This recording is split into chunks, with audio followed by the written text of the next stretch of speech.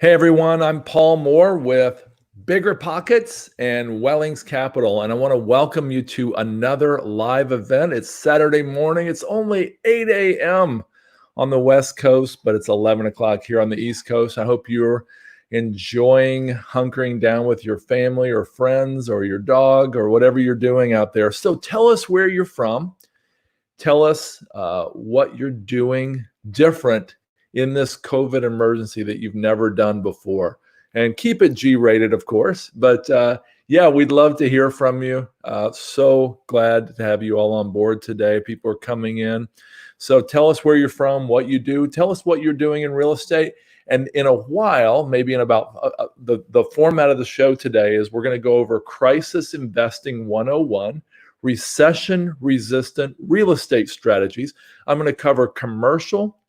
I'm going to cover residential strategies, and then we're going to take Q&A for about the last 40 minutes. So really excited to be with you all today. I don't see any comments yet coming in, Nikki, but Nikki's our producer.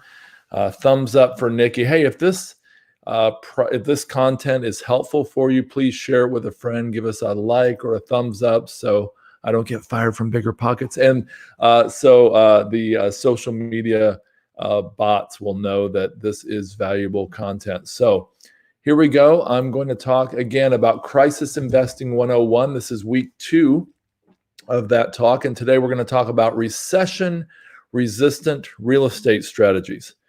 But before we do, I'm going to briefly talk about this.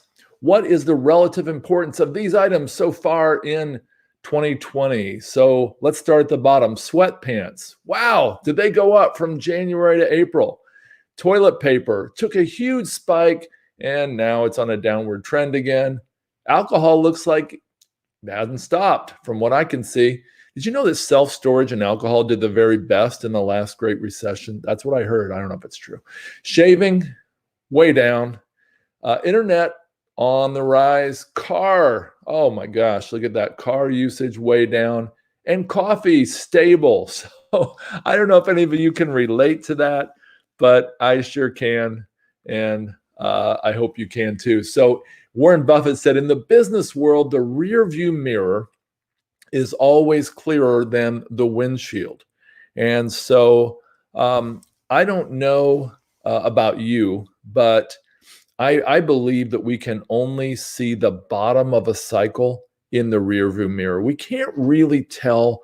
We can't really predict. Warren Buffett, Howard Marks, Ray Dalio, Charlie Munger, these great investors, they aren't able to predict when a cycle will turn or when the bottom will be hit or how long the cycle will be. In fact, last week we talked about 4 different types of cycles. We don't know which this one will be. We're going to touch on that briefly this morning as well. So let's talk about the fear and greed index. I've got an update to last week. So the fear and greed index was 89. That means extreme greed. And when I say greed, we're talking about Warren Buffett, be greedy when others are fearful, fearful when others are greedy. So extreme greed means extreme optimism. People were in buying mode. January 17th, 2020, the COVID had already been announced, but people were still in extreme buying mode. They were overpaying, a lot of momentum in all kinds of real estate and stock market sectors that were making the price go through the roof. Here we are, March 6th. Look at that drop from 89 down to 6, extreme fear. The stock market had been in an 11-day plunge by then, maybe 12. And the index had gone to extreme fear. Here's what's really surprising, and I did not expect this. I looked this up last night. Look at this. It's already back to 44. Now, my question is, does the stock market drive the extreme fear and greed, or does the fear and greed drive the stock market? Here's a picture of the stock market. We are not too far from the previous 52-week low. We're getting close to it.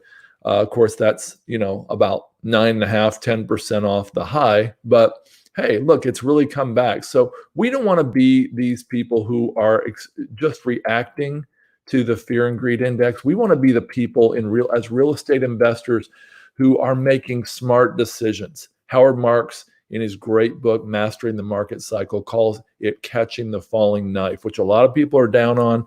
He is up for that. And we'll see if he can do it again this time like he did in the last cycle where he made billions of dollars for himself and his investors. So let's take a quick look at cycles.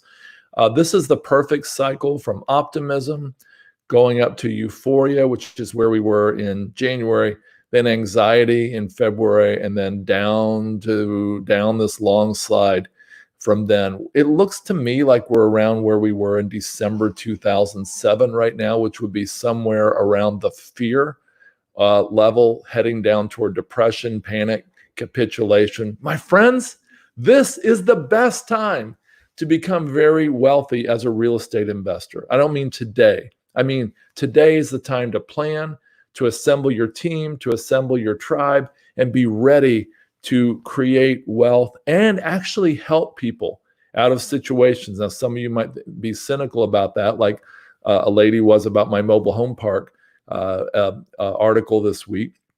And a lady, Gail, commented on, and I respect Gail. She was a victim of somebody who apparently treated her badly as a mobile home park manager. But we don't have to be like that. We can love our neighbors. We can follow the golden rule. We can do what's right for people, but also make a lot of money in the process. And I believe that we can do this together, my friends. So there's 4 types of recessions. They don't actually look like this. The cycles look more like a V-shaped recession, which would be quick crash, quick recovery. That's what we all hope for. U-shaped recession, which we don't want. That means it drags along the bottom for a long time, sort of like a bathtub-shaped recovery. There's a bunch of gravel in the bottom of the bathtub. There's also a W-shaped recession. I heard a really good argument from my friend Chad Corbett yesterday, who's a brilliant real estate brain, for why this is going to be a W-shaped recession. He thinks there's going to be a huge roar back later this summer to the peak there, and then we're going to go down into a much longer trough. So I don't know if that's going to be the case, but watch for that, especially if you're involved in stocks and bonds. L-shaped recession, we definitely don't want that. That's a Japanese type recession where it just went down and then it just had a long, like decade or two long, slow recovery. Now, let's quickly look at the Sharpe Ratio, S-H-A-R-P-E. The Sharpe Ratio is a measurement of risk versus return across various asset classes. And what you want to be is as far to the left as possible and as high as possible. And so commodities were the worst. In other words, gold, silver, things like that. Those are basically insurance policies. And if you think about insurance policies, they don't have a great return on investment in and of themselves, because generally you're paying in for insurance. What's the same with commodities? Well, look at the upper left, core commercial real estate. That would be, senior living, retail, office, industrial, self-storage, mobile home parks, data centers. Those they have the second lowest risk next to government bonds and the highest return of all. So the answer to the question, why does the Forbes 400 wealthiest people in the world invest in commercial real estate? My friends, the answer is right here.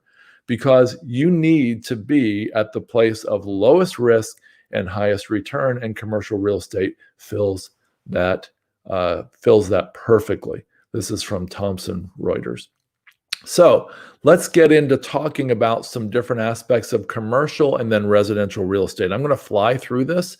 So if you want more information, check out my articles on Bigger Pockets. So self-storage is recession resistant, but they does well in booms as well. The tenants are sticky. The revenue's collateralized by tenants' possessions. Think about that. Think about that. You don't get that with other asset classes. It's a large and fragmented industry. It's actually easy to run a bad self-storage facility, but it's hard to run a great one. And that's what we're looking for, is investing in great ones. There's ancillary income, low-cost value adds. There's the effective leverage. And a great business plan that we like is investing in mom and pop facilities, acquiring those, upgrading those and selling them to an institutional buyer. So this is a self-storage facility that our company invested in. So why I love mobile home parks: they're recession resistant. They're the bottom of the housing rung. You know, below that, you're going to be out on the street. And my argument to people who are down on mobile home park owners is, look, we're providing a wonderful place to live. I mean, you know, at a great price for 8 or 10 million individuals and families. So shrinking supply, unique asset class. They're not making very many more of them. There's an affordable housing crisis, which is even heightened right now. It's hard to leave. It's fragmented, low maintenance and capital expenses. There's less competition because of the stigma of mobile homes. I mean, when I thought of investing in mobile homes first, this is what I thought of. But that's actually very similar to, I think that's the same mobile home I used to go to Rocky Fork Lake in Ohio in, or at least it's the same model. I mean, it was in a little better shape than that, probably not much. But anyway, this is more, okay, this is an extreme example, but this is more the mobile home park of that I would want to invest in. I don't know about you. So let's talk about what other commercial real estate might do well during this time. Okay, so WeWork, not doing too well. Shared living spaces. Retail, it's really suffered, especially malls recently. Online, which would include warehouse and logistics, they're booming right now. We all know that. Amazon, Kroger, others cannot keep up with the demand. And so obviously they've done very well during this time. Let's talk about senior living. Now, senior living, skilled nursing facilities, they also call them SNFs, SNFs, skilled nursing facilities, have taken a terrible hit because of the disaster in Kirkland, Washington, where so many seniors lost their lives to COVID. But independent senior living, which is also known as ISL, or basically condos for seniors, look at this population growth from 10 million people 75 and older in the United States in 1980, when I was in high school, up to, check this out, 50 million predicted by 2060. So the population growth of 75 plus is huge. And I would argue it's actually going to be higher because of medical breakthroughs that are happening at an astounding rate. But anyway, there's the basis for independent senior living going well. Check out the returns of senior living in the blue line versus multifamily and all other properties in the yellow and light blue lines. Pretty impressive returns on investment. So I would say take a look at independent senior living. The population in that area is growing. There's only a small percentage of people who can afford it, I admit, but you only need a small percentage if you do your demographic studies right. If you don't know anybody to invest in senior living, check it out. Check them out online. One of the bigger pockets, people that I love, Mike Ostroff, is actually looking to do projects in this area, and so you could connect with him. Now, something else that you might not have thought of is data centers. Data centers are crushing it. And I want to thank my friend James McAndrew for putting this slide together. And the next slide, data centers are crushing it. And look at the M&A, mergers and acquisition opportunity, the graph here. So from 2015 to 2019, the yellow shows how much private equity is involved in data centers. Well, that means that could mean you. You could invest in a data center. I could invest in a data center. And it looks like something that's going to do very well during this downturn. It sure is right now, as we all know. So this is another thing showing in the growth of data center REITs. Now let's talk about multifamily. Now, a national real estate investor today came out with an article saying they're not sure how multifamily is going to fare during this. This is a wonderful chart that I love, showing Freddie Mac loans in the multifamily arena in the dark blue line at the bottom, or black line, and then the dotted line showing single family. Look at the default rates, serious delinquency is what I should say, rates from 2008 shooting up to 2010, all the way from 1%, under 1% to about 4%. But look at multifamily. It went up to 0.4%. So in the height of the recession, you're talking about a default rate of 10% of single family. And I would argue that regional banks, Fannie Mae, and others had a much higher default rate. You might have remembered hearing a 9 to 11% default rate in some of those. Fannie and Freddie do a phenomenal job underwriting, and they have a lower default rate. There's something else about this graph, I think. Oh, by the way, it's down to about 2% now on single family. I shouldn't say now, 2015, when we were back in full recovery. But multifamily was around, I think it was 0.02%. There were virtually no foreclosures. And I want to point out, too, that this multifamily number includes the sand states of Florida, Nevada, Arizona, and California. So it includes where there were a lot more multifamily foreclosures. If you're in the other 46 states only, I would guess that bottom line would be almost right, dragging zero. They had very few foreclosures in multifamily. So will multifamily do as well again? I don't know, because it became really, really popular. And I think people overpaid for it. Will single family spike again? I think it's really, really likely, and I can't see any way that it won't. But here's what I'd say to this. If there is a downturn, it's your opportunity. It is your opportunity to help people who are about to get foreclosed on. And we can talk about some strategies today about how to do that. It's your opportunity to take some assets from the bank at a discount, helping the bank, shareholders, and you. And it's an opportunity for you to create some wealth for you and your investors. I want to point out, too, look how long the multifamily and single family spikes lagged.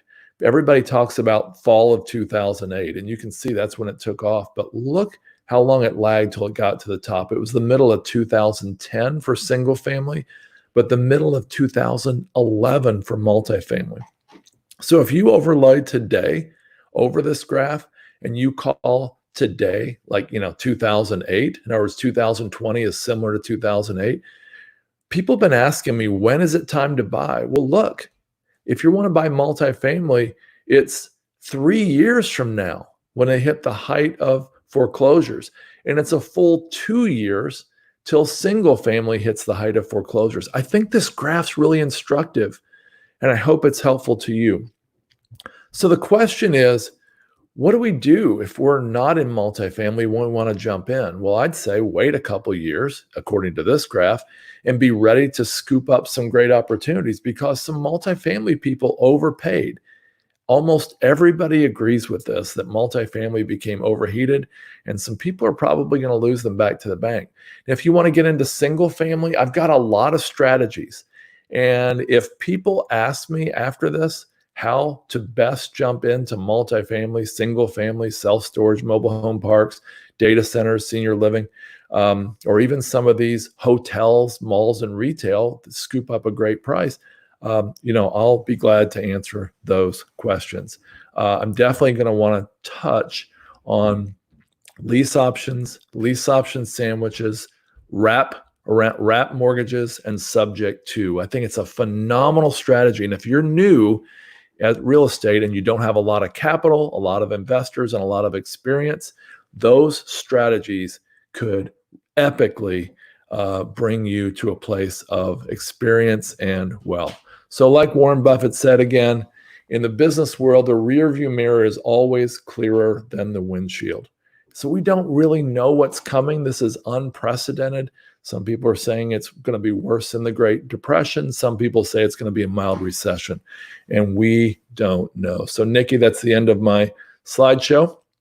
So thank you so much again, everybody, for tuning in. So I'm excited for the next couple of years. I'm not happy about the human toll and the emotional toll it's going to take on all of us, but I am happy to be part of something, an opportunity where I can help many, many investors, and you can help many of your investors and friends and family go to a new level in your real estate investing. So, hey, where are you all from? Hey, Tufang from Twin Cities. It's my friend from St. Paul, Minnesota. Danny Ramos, good to see you. Hey, Stephen from Charleston, good to see you. JK, good morning from Los Angeles. I'm waiting for prices to come down to buy a small multifamily property here in LA. Great plan.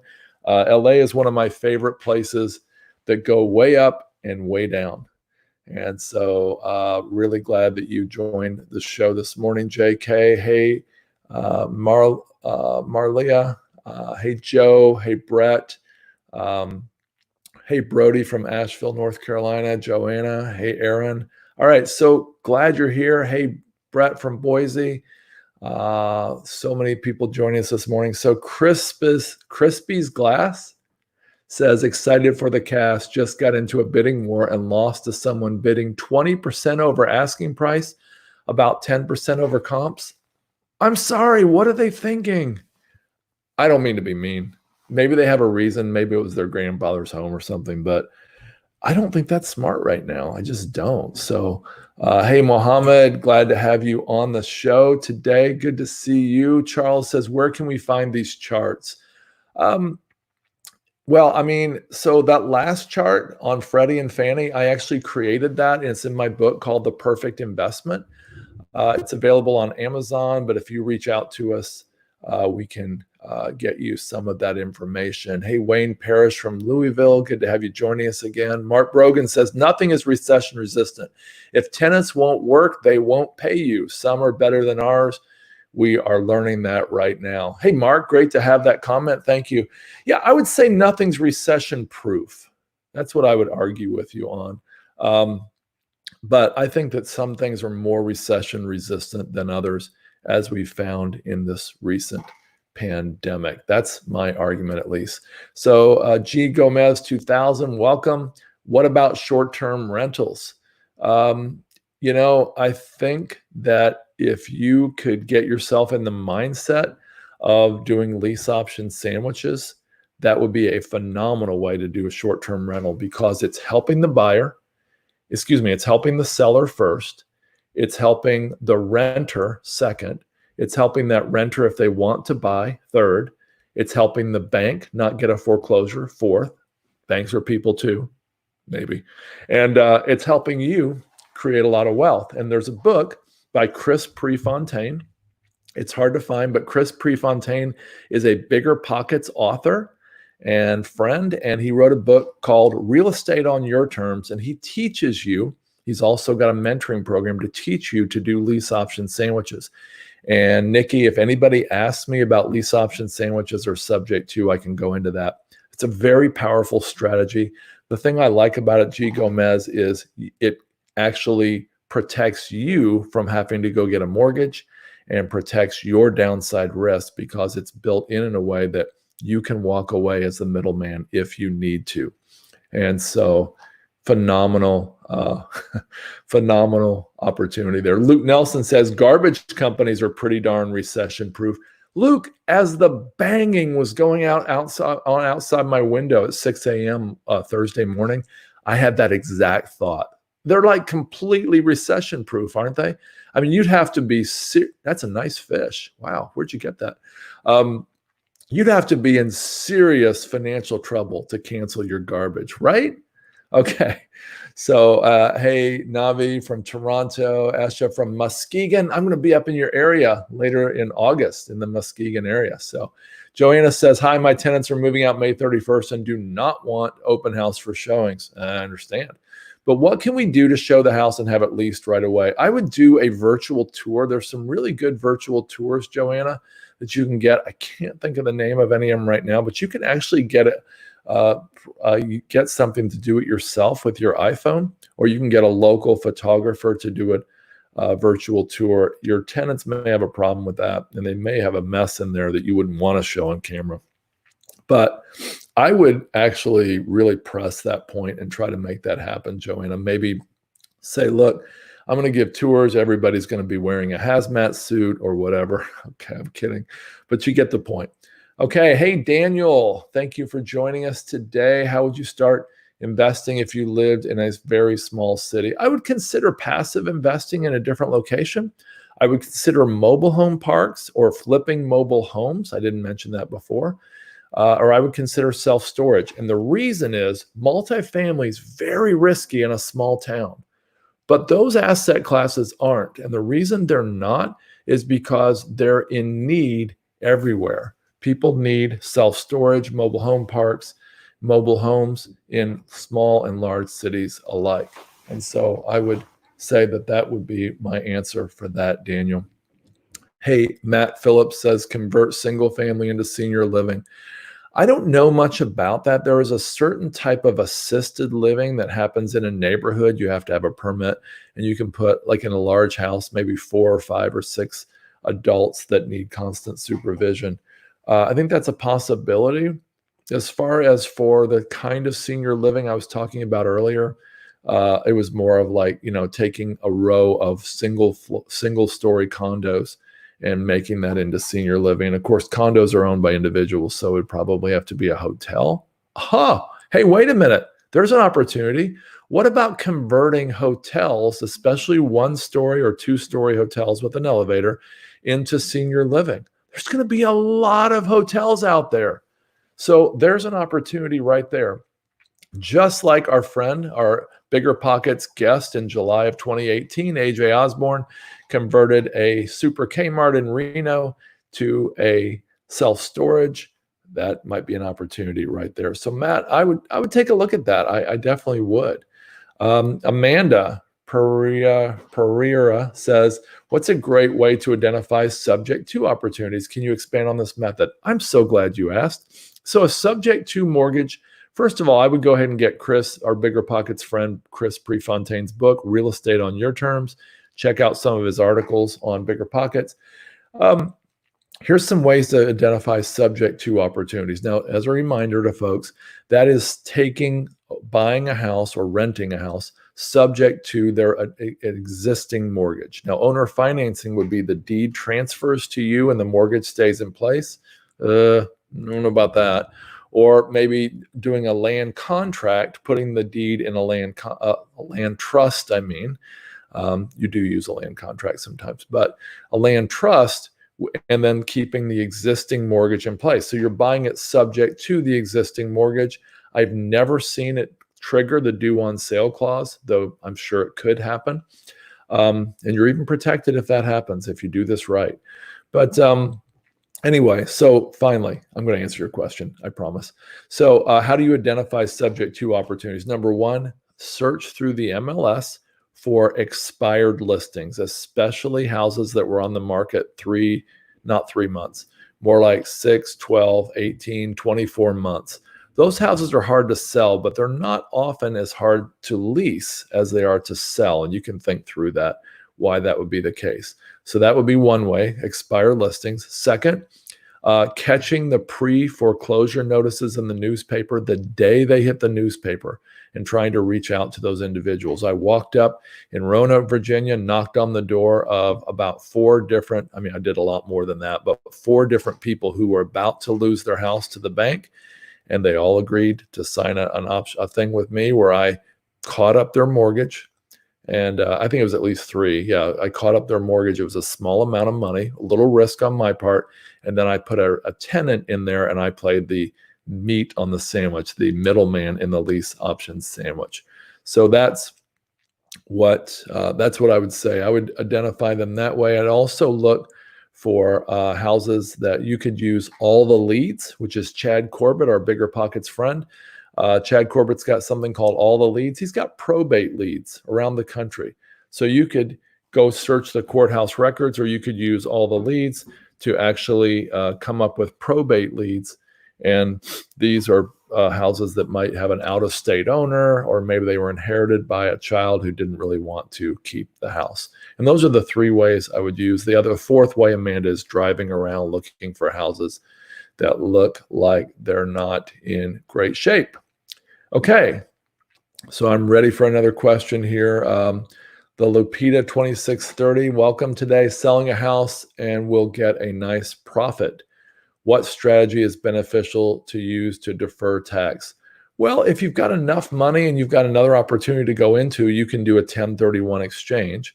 And if it's a really large, like a $500,000 plus, there's other strategies. You can reach out to me to get those, like Delaware deferred sales trust, installment sales. You can even invest fractionally in an Amazon facility. Those are $500,000 plus. You can actually get into a Delaware statutory trust and let somebody else manage the 1031, the funds that you have in a commercial real estate opportunity. Delaware statutory trusts, you can look at those online. They're typically sold by broker dealers, and a lot of those. A big one is Wealth Forge, which is in Richmond, Virginia. They do national Delaware statutory trust sales. So that would be a possibility for you. Lapita, thanks for joining.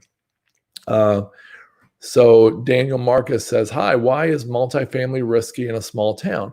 Well, the problem with a small town, Daniel, is you definitely want a town that has net population migration on the rise. We're talking about a large scale multifamily here. I should have said that. A duplex, a fourplex, I don't see that as being anywhere near as risky. But if you only got a 100-unit apartment and there's one big employer in town, like Martinsville, Virginia, when the textile and furniture companies all pulled out in the 90s, leaving it with 22% unemployment in a great economy, it can be very risky. So my mentor in multifamily said, if you've got an 80 or 100 or whatever unit apartment building, you should be in a town of $500,000 or more. And even $500,000 is sort of risky. So I can tell you that the larger cities are better. They have a better chance for continued growth. That's all. It's not always true. And you want a place that has a lot of government, universities, and medical centers. So those would be towns like, Austin, Texas, or places like that. Dallas, Austin, Houston, Birmingham, Alabama has been a little flatter on growth, but I would think that would be a good one. Charlotte's been huge. Greenville, South Carolina. Places like Phoenix, Scottsdale, Las Vegas, they have huge swings up and then huge drops down. So I'm a fan of buying those at the bottom. Places all over Florida are like that as well. Daniel, I hope that helped answer your question. Hey, Jimmy from DC, thanks for joining. Hey, Philip. Hey, Thomas, will you explain a little more about monitoring the pre-foreclosure notices and the meat of the sandwich? Sure. So, Thomas, you can monitor pre-foreclosures in your local newspaper. There's a law usually, and at least in my state, that they have to publish these notices about 3 to 3.5 weeks before they hit the courthouse steps, meaning a house is going to go back to the bank. If you can immediately contact that owner, you can do there are some skip tracing methodology and just using yellowpages.com to get their phone number, or try to just go knock on the door like I did. Stand back when you knock on the door. You don't want to scare them. And you actually go with the attitude of like, hey, I hear you've got some problems. What's going on? And try to be a problem solver rather than just a shrewd business person trying to make a deal. As far as the meat on the sandwich, what I mean by this is this. If you do a lease option sandwich, you've got a seller who wants to sell their home and they're moving out or already moved out, and they'll rent the house to you. So you're the middleman, you're the middle of the sandwich. And then you turn around and immediately mark it up, clean it up a little bit sometimes, and sell it or do a rent to own to a buyer. So a tenant buyer. So you're in the middle between the the seller and the one with the mortgage and the buyer who wants to rent it and then will eventually close on it. And then you are able to make a profit. You're able to get 3 paydays, by the way, doing this. 3 paydays are, number one, you should get a deposit up front, and that can be anywhere from $3 to $10 to even $20 or $30,000. That's a deposit up front, your first payday. Your second payday is every month you should get a markup. So in other words, if you're paying down the seller's mortgage and that's $1,000 a month, Maybe you can be like we did our deal in Roanoke, Virginia, where we were getting like 12 or 1300 a month from the buyer, from the renter buyer. Okay. So that difference, that delta of 200 or 300 a month is yours. That's profit. That's your second payday. Your third payday is at closing. When you close, you only have to pay off the mortgage typically. And so if that mortgage was $100,000, but you sold the house to the tenant buyer for $180,000, let's say the market value was 160, but they couldn't sell it for 160 in the first place. Well, you get in there, you get it for, let's say, I used a bad example. Let's say the market value is 160. They couldn't sell it, bad economy, lost their job, whatever. They left quickly, and you sold it for, let's say, 150. Well, let's say you got it under contract. I mean, you bought it for 150. But let's say the mortgage is paid down over 4 years to say 140. Well, at closing, you only have to pay 140, but your buyer's buying it from you for market value of 160. But you even mark it up further because it's a future value. And with inflation, you might mark it up to 170. So you get, in that example, $30,000 when they eventually close. The payoff of 140, minus, subtracted from the cost of 170. Now you have to take the deposit out if they put a $5,000 deposit in. But like I said, there's 3 paydays. Okay, hopefully that helped. Thomas, thank you for asking. Awesome beard and hair, man. Daniel Marcus is back and he says, do you think 203K underwriting will change? Just heard Chase is moving to 700 plus with 20% down only.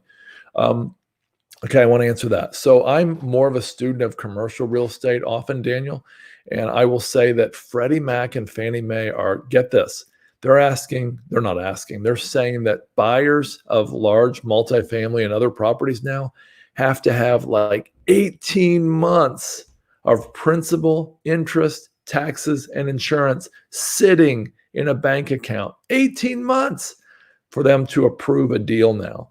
So, Freddie and Fannie are from the same family that do the 203K loans. So I'm going to guess, yes, that they are going to ratchet up those type of programs. So will FTHB go away 3 to 5% down? So this is a time for our community to come together and help Paul more, because I don't know what FTHB is. I either forgot or don't know, or I'm just being silly. So if somebody can answer Daniel, that would be great. By the way, you're always welcome to answer each other's questions, because I'm only getting, as you all can see, to a fraction of these questions. And so if you can answer each other's questions and have your own conversations while we're doing this, that would be awesome. RC Murphy says, I live in St. Petersburg and I love investing where I live. RC, if you want to throw me a deal when this thing hits bottom, I would love to buy a condo in St. Petersburg. So Raul says that's first time home buyers. I did not know. Wasn't aware of that. What do they call it? Not acronym, but I wasn't aware of that abbreviation. So thank you, Raul. And do I think that will change to 3 to 5%? Yeah, I think the standards are undoubtedly going to be tightened. And so it's a good time for you all to be thinking about private mortgages. I didn't mention that. Another recession-resistant strategy is private notes. Now, you can do that institutionally with a friend of ours named Dave Van Horn, who's a Bigger Pockets writer for many, many years. He's got a book also about investing in private notes. I think we've got a special on all Bigger Pockets books right now for the recession, or for COVID. So hopefully we can get that link. Oh, there it is. Look at that. So go to biggerpockets.com/store. All digital audiobooks are $10 right now. Nikki, I've been saying $10 off all along. I think it's $10. Nobody corrected me. I feel so bad. Anyway, $10 is better than $10 off typically. So that's pretty awesome. So thank you again for tuning in today. I'm so glad to be with you. And I made that comment about St. Petersburg a minute ago because I actually plan to be looking for subject to deals along the coast and possibly in Orlando when this thing hits bottom here in a couple of years. That will never, ever be my main business. But I've always thought, what would it be like to have a condo in Sanibel Island, Florida, or Fort Myers, or Orlando. So I'm going to be taking a look for that. I wasn't kidding.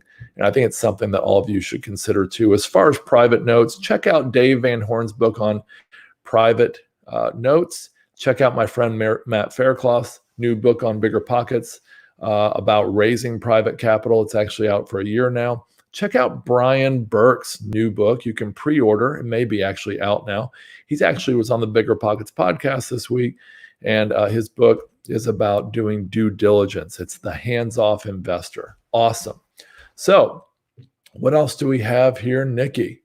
So yes, they'll be on live on Facebook and YouTube on Monday at noon. Matt Faircloth and Dave Van Horn. Wow, great. I didn't know that. So that's very cool. So Janice Bowen, thank you for joining, Janice. What kind of insurance do you carry as the middle person on a sandwich lease? You won't believe this. Do you insure the property in any form or just require the lessee buyer to carry the insurance? So you want to pay the mortgage yourself. You don't want to hand that money to the buyer and the seller, and hope that they're going to pay it. You want to collect the money from the tenant buyer and you want to pay that mortgage. In the same way you want to pay the insurance, but you're going to collect that money from the tenant buyer. That's going to be part of their payment, but you're going to want to make sure that's paid no matter who holds the insurance. Technically, the seller should probably keep their insurance in force, but you can help work with the seller to make sure it's the right insurance. Now, you actually have an insurable interest on that, but you're not making that too public because you never want to trigger the due on sale clause. So it'd be best if the seller can arrange that in their name. You can make the payment, but you're collecting the money from the renter. And something I didn't say earlier is this is a very low risk strategy, because if everything falls apart and you can't find a renter, you put a clause in with the seller saying, I cannot guarantee I can continue to do this. I'll just do my best. It's a best efforts type contract is what we call it. And the seller's got nothing to lose because they got a great chance that you're going to save their credit and that you're going to be the one to pay off their mortgage since they can't anyway. And so this is a way to help people. And I'm all about that. I hope you are too. So what other questions do we have here? This is awesome. Great questions, folks. Authority Digital says, we can also use this situation to contact clients personally, and we can achieve a better relationship with them. Yeah, that's great. I like that. That's a great comment. Thank you, Authority Digital. Spacehead says, I own 2 fixer-upper houses that I purchased with cash and fixed myself. How do I put a loan against it to pull out cash? Okay, let me read it again. I own 2 fixer-upper houses I purchased with cash and fixed up. How do I put a loan against it to pull out cash? Okay, so you can definitely get somebody from a local real estate investor association, somebody with an IRA. You can do private debt. That's usually quite costly. Spacehead, I would go to a community bank. I would try to find the smallest local credit union or community bank who can put loans against her to pull out cash. My son is a real estate investor, and he does this all the time. He's always pulling cash out of his properties, and that's how he does it. We don't recommend going to a large national bank because, honestly, they're much, much harder and much more skittish, and they have a lot more rules. So, hope that helps. Let's see. Philip Tweedy. Philip says, what are good contractors for building? I can't read the whole question. Small self-storage. I have access to land in Alta Vista, Virginia. Philip, I could be in Alta Vista in 20 minutes. First thing you're going to want to do, Philip, is, hi, by the way, neighbor. First thing I'd want you to do is check Radius Plus. Check radiusplus.com. You can do 5 free searches and you can see if it's a good location for self-storage. The first thing you want is a demographic of 7 square feet of self-storage or less for every man, woman, and child who lives in about, I would say, an 8-mile radius around the location in Alta Vista. That could be a 1 or 2 mile in a city, 3 to 5 mile in a suburban area, which is where most of us would build self-storage, or a 5 to 10 mile radius in a tiny town like Alta Vista. Now, And you don't want to include any Lynchburg, Virginia people in that, because that would be too far out. Nobody from Lynchburg is going to drive to Alta Vista or vice versa, I would hope. Now, if you find that it's way less than 7 square feet on the Radius Plus, then you want to go to the next thing, and that is it on a well-traveled road? In Alta Vista, you're going to want to see traffic count of 7 to 8,000 cars a day. You know, if it's along, let's say, Route 29, that would be awesome. If it's along Route 24, I would say that's probably not awesome unless it's on the corner of 29. And so you're going to want a great traveled location, a lot of population, a lot of cars, and you're going to want to have eyeballs. You're going to have great signage, you know, not built behind a hill. And then last, you're going to want to check the income. You're going to want to have higher than average income in your location compared to the region around it. Hope that helps. As far as good building contractors, Philip, I've got a new book coming out on self-storage, but I don't think I mentioned that in the book. There are national contractors. You can Google this. There are 2 or 3 big ones that are building self-storage. They bring their crew to you. And if you can't find that by Googling it, go to Scott Meyers, selfstorageinvesting.com. Scott's a big friend of Bigger Pockets, a presenter on Bigger Pockets sometimes, and he's got information on building contractors. I know for sure he does because I went through Scott's program. So, hey, Philip, thanks for joining us today. So Michael Lloyd says, is Section 8 recession proof? Sorry about that, Nikki. I think it's more, I think a lot of people right now are thinking that Section 8 is more recession proof than they had thought before. I think, you know, especially with the government stepping in, I think that's very, very likely to be a recession resistant.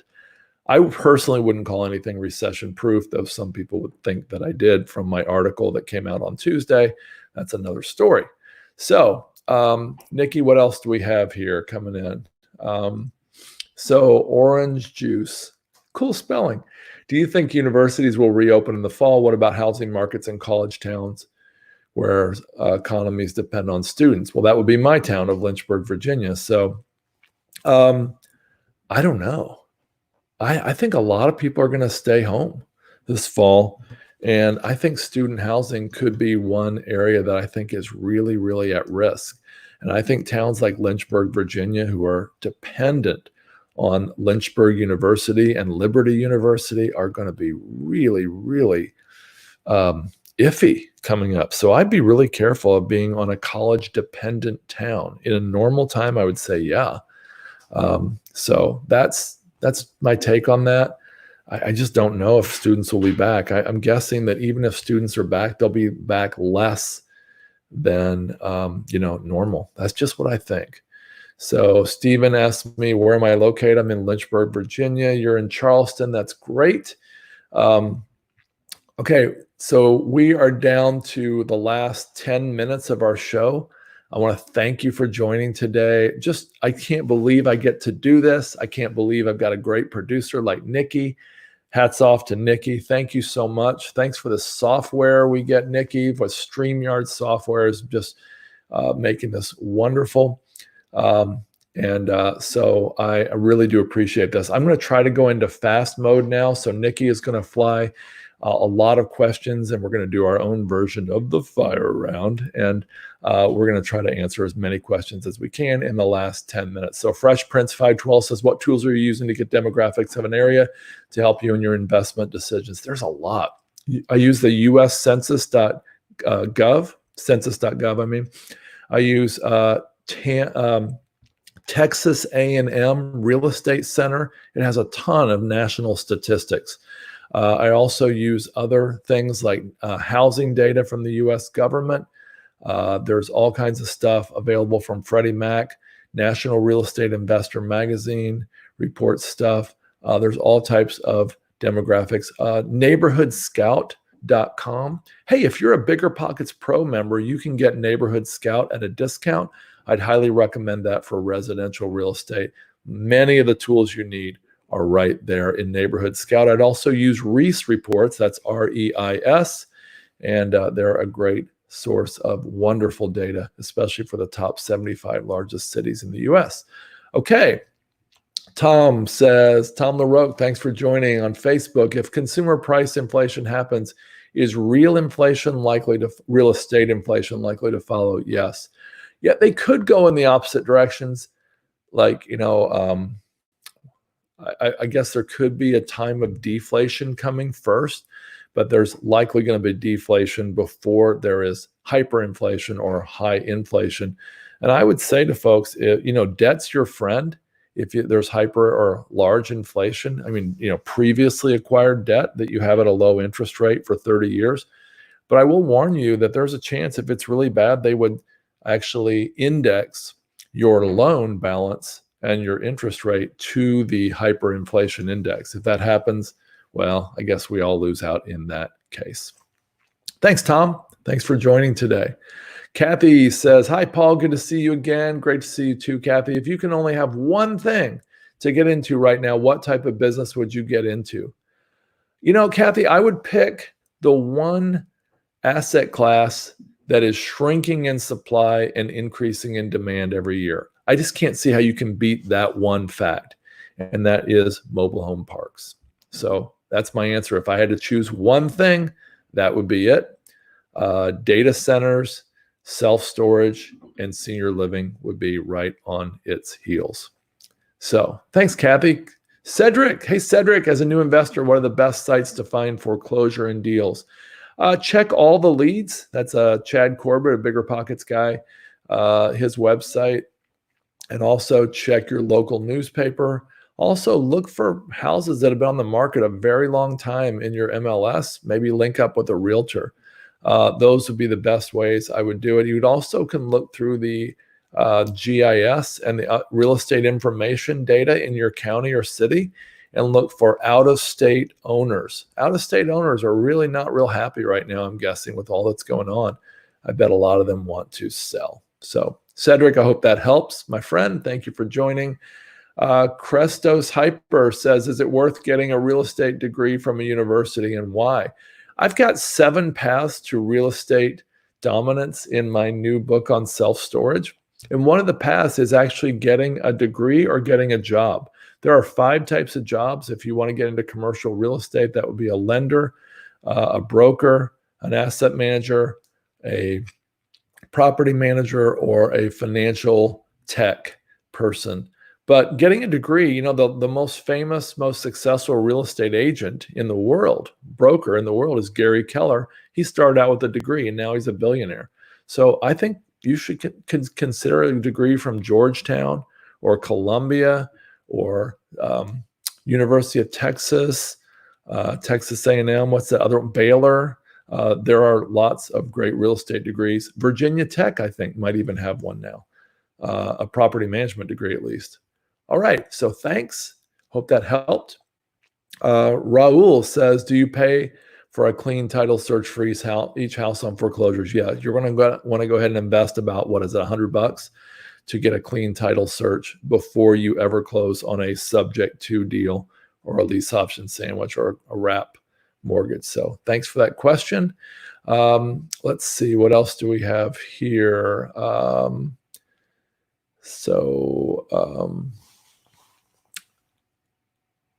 Okay, Fresh Prince says, during a recession, do cheaper properties tend to hold their value due to more competition in this price range, considering buying an under $200,000 condo in Dallas? Yes. Now, I can't guarantee condos will, but I will say that in the last recession, $1.5 million homes in my area went down to like 800, and they couldn't even sell them for 800. And that's never fully recovered. I know it's kind of strange, but in my area, that's at Smith Mountain Lake in Virginia, to my friend in Alta Vista. Yeah, I think that they're way more elastic. More expensive homes go up more and down more, but I think the location's even more important. So again, Florida, Nevada, Arizona, California, they go up way more and down way more. And that's where the opportunities are, my friends. Like I said, in some number of months from now, we're going to have an opportunity maybe greater than you've ever seen in your life. Tracy says, if not refinance, should I take equity out of my house and reinvest into what? I'm not sure how to answer your question. It really depends what you're passionate about. But if you can refinance and if you can get a home equity line as your main mortgage, you can go to replaceyourmortgage.com or ROI Real Estate Education YouTube channel, or ROI Financial Education, actually. You can learn about getting a line of credit as the main mortgage on your house, but you can definitely get a second, and you can use that to dramatically increase your mortgage paydown rate. So that's something I would always recommend. Okay. I buy houses for cash. All right, savage. I'm a developer and there's a ton of building going on in my area. I'd like to know where. Do you see a benefit in building still being worthwhile in the next year or so? My friends, if I have the graphic, I could show you where real estate builder stocks are way down. And Nikki, I'm apparently don't have it. So I thought I had it. So real estate, builders stocks are way, way down right now. And I will tell you, in the last recession, it was an awful, awful time for a lot of developers. So I would pull back if you can. I really would. And I would consider, all kinds of creative selling options. Like, I see you're in Charlotte, and Charlotte is a phenomenal market, and it's going to continue to grow. But they may have some stagnation a while, especially, with all the banks and insurance companies there, especially banks. One of the banking centers of the U.S., the second one in the U.S., I think, is Charlotte. And I think they're going to have some rough times ahead. So I would really think hard about pulling back and redoing the way you're selling what you already have underway. Crestos Hyper says, do you have any tips to make more connections in commercial real estate? I'm trying to think how to answer that. If you want to be in self-storage, you could join Scott Meyer's Self-Storage Academy. If you want to be more in mobile home parks, there's a network. Jefferson Lilly manages a LinkedIn network. There's all kinds of networks online. You can go to Frank and Dave's mobile home park, mobile home university as well. There's all kinds of things you can do. So hopefully that helps. There's all kinds of LinkedIn groups, Facebook groups, all kinds of things like that. And I'm hoping Bigger Pockets will have more in the future as well. So Don Turner says, I'm focused on beach property in California and make a great return, but high initial cost. Okay, great. Should I refocus to gain better return on investment? Don, I would say that beach property in California, if it goes like it did in the last recession, it will go down and you'll have great opportunities. Get your tribe together, get your investors, get your cash, get your team, be ready for some of the greatest opportunities ever. I can't guarantee that'll happen, of course. Remember our quote from Mr. Buffett, it's really hard to see in a rearview mirror. In the windshield. You can only see best in a rearview mirror. Okay, we're about to wrap it up, so I'm going to take two more questions. Tracy Soder says, I asked because I'm sitting on tons of equity and not sure if I should stay in my home or sell to capitalize on the equity. I wouldn't sell right now unless you are sure you could find a buyer. I would rather see you go to a community bank or credit union and try to get a home equity line of credit, also known as a HELOC. You're welcome, Don Turner. Ingrid says, we're currently investing in the Baltimore area in refurbished row houses. Should I continue? Ingrid, I think that's a great, Baltimore's had a lot of growth in a lot of areas that had really lagged since the 70s. I think that that's something you should consider, but at the same time, you may want to just take a little pause and see what happens here. Just being real with you. You may want to consider the lease option sandwich thing where you can buy one of those row houses on a lease to own. And then if you have to walk away, that's already built into the contract. Habiba Safir says, Luke Nelson says, thought on the 1% rule for duplexes, triplexes, quads. Honestly, I think you might get closer to the 2% rule if things go well here in the near future. So that's just my opinion. I would try to get more than 1% in the coming months and years. Last question of the day, Habiba Safir, thank you for joining us, says, I'm a first-time home buyer in northern New Jersey looking to house hack a 3 to 4 unit house with an FHA loan. What's a second option for financing in the event I lose my job before I close on a deal? Oh, that would be awful. Well, the first question I would ask is, are you sure you want to buy that apartment at that price? I would ask that, and I'd ask that really hard.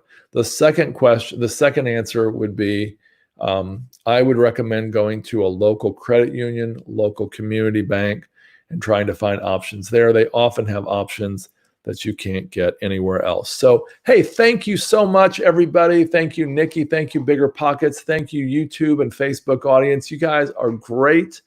Love you. So excited to be here. So honored to be sharing your Saturday with you as we're all indoors. I'm actually going hiking in some of my son's land in a few minutes here because he's a land flipper and he's still trying to flip land, and we're going to go check it out for a possible development. So thanks.